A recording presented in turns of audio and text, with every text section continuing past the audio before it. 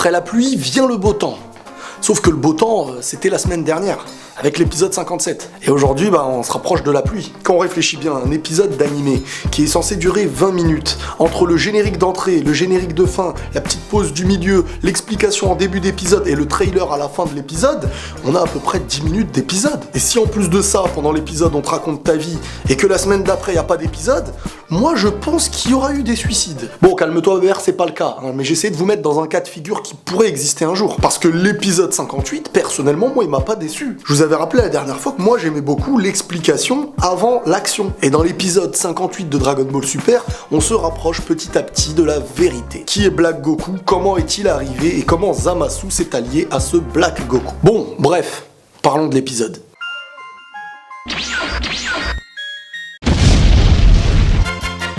Dans cet épisode, rien de grandiose, si ce n'est certaines théories, mais aussi le fait que ça commence à sentir le roussi pour Gowasu. Ah bah Gowasu, à ce rythme-là, ça va être sa dernière tisane.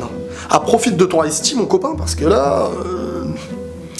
ça sent pas la rose. Ah bah Zamasu, il est clairement déterminé à l'exterminer en fait, pour en arriver à ses projets futurs qui mènera au futur, tout simplement. Comme je le disais, le Zamasu du présent avance clairement pour en arriver à Zamasu du futur. Vu comme ça, c'est très logique, mais en fin de compte, la logique est parfois une réalité. Bon, pour en revenir à nos amis, Sangoku, Vegeta, Trunks, qui sont revenus dans le présent, dans un état pitoyable. Mais bon, Sangoku, il a pas l'air gêné. Je vous jure, il a même fait des blagues. Le mec, il avait oublié les senzus dans sa salle de bain. Et là, il est revenu dans un présent, étant conscient que dans le futur, il y a toujours un grand danger et qu'il y a des personnes encore vivantes. Il s'en fiche. Ah, Goku a clairement plus d'âme. Il a lâché l'affaire avec l'histoire. À l'époque, Sangoku, pour un être humain, il faisait le tour du monde. Là, il était à 2 doigts de mourir, mais le mec, il est toujours rigolo, il s'en fiche de la life. Non, mais ça coïncide clairement avec ce que j'avais dit sur lui. Dans Dragon Ball Super, Goku a perdu son âme. Et je suis pas le seul à le penser. Quand on voit que tous ses amis se sont mis à l'applaudir quand il a répondu à une question semblable à 1 + 1 = 2, ça le fait pas. Même lui, il est conscient d'être aussi bébête. Mais quand t'es conscient d'être bébête, t'es plus bébête en fait. T'es intelligent. Est-ce que Sangoku ferait semblant d'être naïf? Calmez-vous. Bon, après le retour de nos 3 rescapés, on a eu aussi une petite séquence fleur bleue entre Trunks du futur et Mai du présent. Mirai Trunks qui lui avait expliqué que elle, du futur, était une grande femme et qu'elle les avait en plus de ça sauvés. Et d'un coup, l'apparition de Whis et Beerus, accompagnés de Kaioshin. Bon, concernant Whis et Beerus, c'est des gens qui tapent l'incruste maintenant, on est habitué. Mais le petit Kaioshin était venu apporter certaines informations. Comme on l'avait vu à la fin de l'épisode 57, Zamasu s'était dirigé dans la planète de Zuno le Sage pour lui poser des questions. Car ce Zuno a répondu à toutes les questions. Comme je vous l'avais annoncé la semaine dernière, Zamasu n'y est pas allé de main morte. Et ce qui en ressort dans les questions qu'il a pu poser à Zuno, c'est ces 2 questions. Informe-moi des Dragon Ball Super et plus précisément comment les trouver. Donc ne me saoule pas avec l'histoire du fondateur, ça on s'en fiche. Et parle-moi de Sangoku. Donc là, on a clairement un petit grain de sel d'information sur l'intérêt de Zamasu vis-à-vis de Sangoku. Vis-à-vis de la création peut-être même du futur Black Goku. De l'autre côté, la petite bande, Whis, Beerus, Kaioshin, Goku et tous les autres commencent à se lancer dans la théorie. Donc voilà que Kaioshin se met à expliquer à tout le monde que Zuno lui avait informé que Zamasu était venu le questionner sur les Super Dragon Ball, mais aussi sur Sangoku. Et à partir de là, les théories se sont lancées. Whis, avec son intelligence et son recul, s'est mis à expliquer la situation de manière assez fine.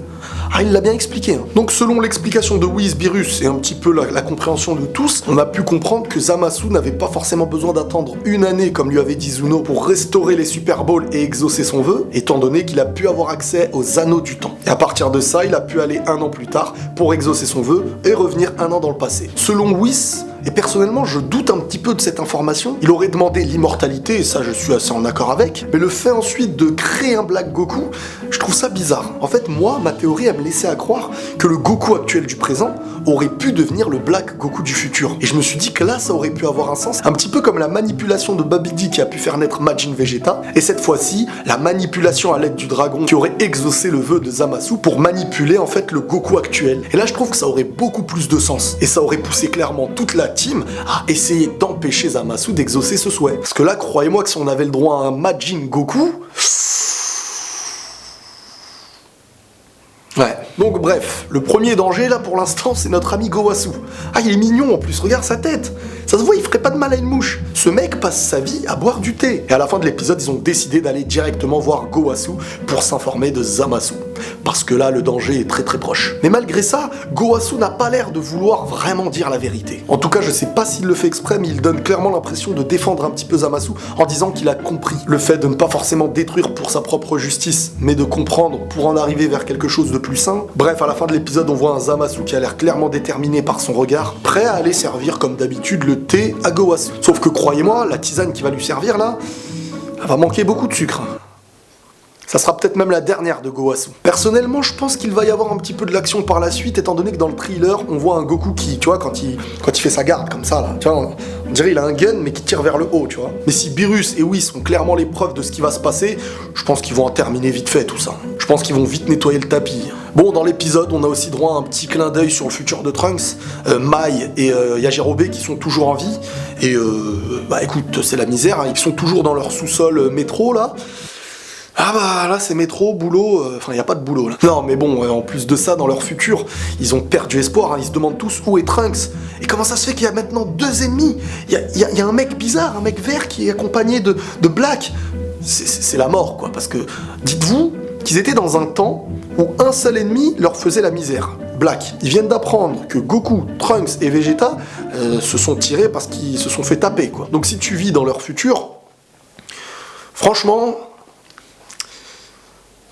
En fait, j'ai pas de solution pour eux, quoi. L'espoir, peut-être. Bref, j'espère que cette vidéo vous aura plu. N'hésitez pas à dire ce que vous avez pensé de l'épisode 58, si vous avez des petites théories sur la suite, sur les combats à venir, enfin, sur ce que vous voulez. En tout cas, prenez soin de vous, les amis. Abonnez-vous, hein, je compte sur vous. Et la paix sur vous.